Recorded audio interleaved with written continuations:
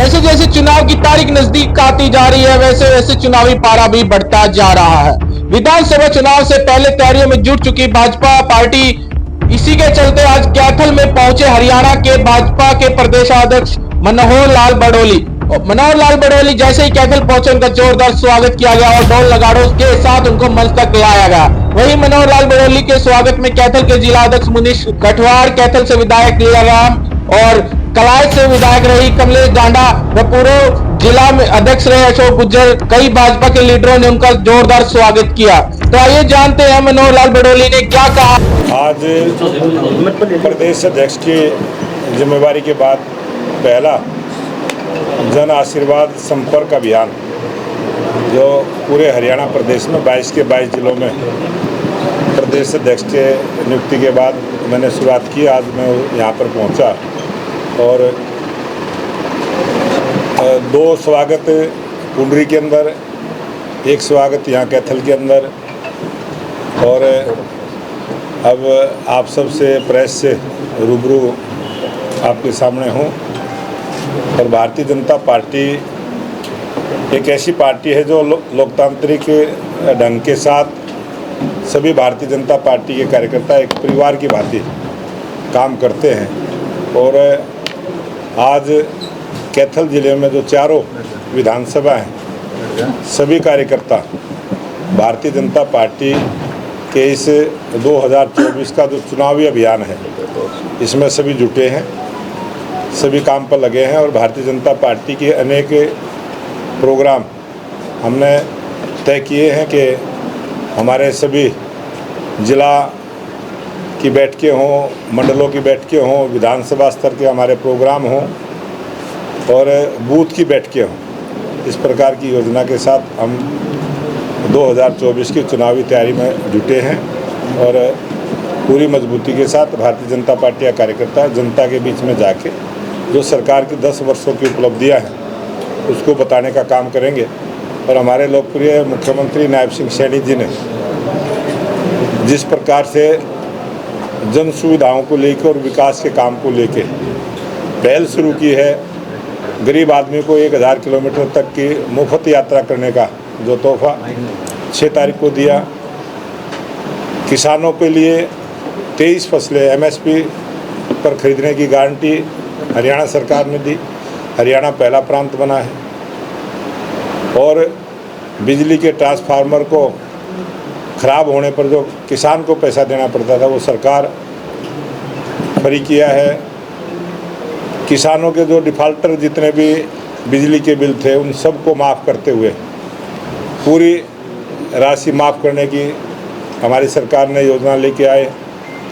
133 करोड़ रुपए का जो आबियाना बिल पानी का था, उसको पूरी तरह से माफ़ करने का काम किया। किसानों का जो फसल बीमा योजना का जो पैसा रुका हुआ था, 6000 किसानों को भी वो फसल की बीमे की योजना का लाभ सीधा किसान को देने का काम किया है। और मैं आज ये मानता हूँ कि चाहे सड़कें हों, चाहे बिजली हो, चाहे शिक्षा का जितने भी संस्थान हैं, स्कूल हैं, कॉलेज हैं, या स्वास्थ्य के लिहाज से पूरे हरियाणा प्रदेश में आज प्रत्येक जिला हेडक्वार्टर पर अच्छे हॉस्पिटल बना के हमारी सरकार ने सभी का ध्यान रखा है।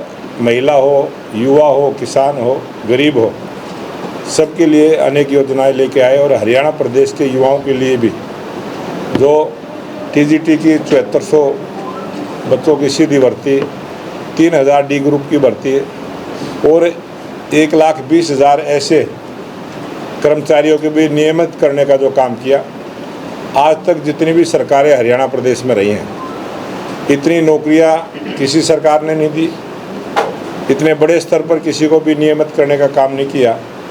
और जो भी छोटी मोटी और भी किसी भी डिपार्टमेंट की या किसी विभाग की या जनता की जो भी कोई डिमांड आएगी, उस पर भी हमारे लोकप्रिय मुख्यमंत्री नायब सिंह सैनी खुले मन के साथ जनता की सेवा में जुटे हैं। और जो हमारी पार्टी का मूल मंत्र है, सेवा ही संगठन, सेवा भाव से सरकार आज हरियाणा प्रदेश की काम कर रही है। और एक वातावरण बना हरियाणा प्रदेश में कि आने वाले इस विधानसभा चुनाव में तीसरी बार लोकप्रिय मुख्यमंत्री नायब सिंह सैनी जी के नेतृत्व में हरियाणा प्रदेश में स्पष्ट बहुमत की सरकार भारतीय जनता पार्टी की बनेगी। सर, जिला स्तर पर फीडबैक लिया जा रहा है टिकट आवंटन से पहले। अभी हमने कल ही 90 की 90 विधानसभाओं के सभी कार्यकर्ताओं का, क्योंकि मैंने पहले ही कहा, ये पार्टी एक परिवार की तरह काम करती है और परिवार के प्रत्येक आदमी की पूछ करते हुए, उसको सम्मान देते हुए प्रत्येक कार्यकर्ता से राय शुमारी करने का हमने काम किया है कि किस विधानसभा में कौन नेता ठीक रहेगा। ऐसे प्रत्येक कार्यकर्ता से हमने 3 नाम लेकर इस काम को आगे बढ़ाया है। बुडोली जी, स्वास्थ्य सेवाओं को लेकर आपने बात की। एनएचएम कर्मचारी 18 दिन से धरने पर बैठे हैं और उन 1,20,000 कर्मचारियों में भी एनएचएम का कोई नाम नहीं है। ये जो धरने पर आपने बैठे आपने बताया, इसी प्रकार से जो कुछ और काम बचे हैं उनको भी हम पूरा करेंगे। अब की बार क्या नए चेहरों को भी मौका मिलने की संभावनाएं हैं टिकट वितरण में? जब भी चुनाव हुए हैं हमेशा से ये नए चेहरों को कुछ स्थान मिलता है, कुछ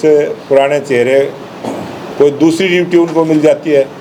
और भारतीय जनता पार्टी कार्यकर्ताओं की पार्टी है, सभी कार्यकर्ताओं को मान सम्मान के साथ काम देना ये पार्टी का हमारा पुराना सिस्टम है। कांग्रेस यात्रा निकाल रही है, हिसाब मांगो यात्रा, कैसे? ये कांग्रेस का हिसाब देश की जनता ने 2014 में भी दिया था और 2019 में भी उसका जवाब दिया था और अब 2024 में भी जनता जवाब देगी। वो जो कांग्रेस के काले कारनामे रहे हैं, जिस प्रकार से देश में लूट खसोट की, चुन कर लोगों के ऊपर अपराध करने का काम जो कांग्रेस पार्टी करती थी, उसका जवाब जनता देगी। संगठन में बदलाव को लेकर रोक लगाई गई। ये चुनाव का समय है, किसी भी कार्यकर्ता को इस समय चुनाव के समय हटाना, इस बात को ध्यान में रखते हुए उस पर रोक लगाई है। और नए कार्यकर्ताओं को हम रोज़ कोई ना कोई काम के साथ नए कार्यकर्ताओं को भी जिम्मेवारी देने का काम कर रहे हैं। तो मैनिफेस्टो लॉन्चिंग की वगैरह तैयारी है? अभी कल ही आपको जो मैनिफेस्टो कमेटी हमारी बनेगी, उसके जो मुखिया बनेंगे उसकी घोषणा हम कल करने वाले हैं। आज शाम को हमारी बैठक है और उसमें हम फैसला करेंगे। और चुनाव समिति की हमने घोषणा की है, चुनाव प्रबंधन समिति की भी हमने घोषणा की है 32 लोगों की, और उसमें करीब 50-60 कार्यकर्ताओं को और जोड़ते हुए उसको भी बढ़ाने का काम करेंगे। ये 1-2 दिन में लिस्ट आ जाएगी। कैथल में जिला परिषद के सफाई घोटाले में सर एक भाजपा के नेता के नाम जुड़ा है। किस चीज़ में? कैथल में जिला परिषद सफाई घोटाले में भाजपा नेता का नाम जुड़ा है। भारतीय जनता पार्टी की सरकार जहाँ भी जिस भी प्रांत में है, भारतीय जनता पार्टी किसी भी नेता पर आज तक ना कोई आरोप लगा है। राजनीतिक रूप से कोई किसी का नाम ले सकता है, लेकिन भारतीय जनता पार्टी का कोई भी नेता इस प्रकार के स्कैंडल में कभी फंसता भी नहीं है और वो करता भी नहीं। मनीष कटवाड़ को जिम्मेवारी दी गई है कैथल की सर, अशोक गुर्जर को अभी कोई स्थान नहीं दिया गया, क्या कुछ आगे बड़ी जिम्मेवारी देनी? अशोक गुर्जर जी हमारे बहुत वरिष्ठ नेता हैं और 4 प्रदेश अध्यक्षों के साथ उन्होंने काम किया है, बहुत अच्छा अनुभव है। आज जो कैथल के अंदर जो हमारा मजबूत संगठन है, इसमें बहुत बड़ा रोल अशोक गुर्जर जी का है।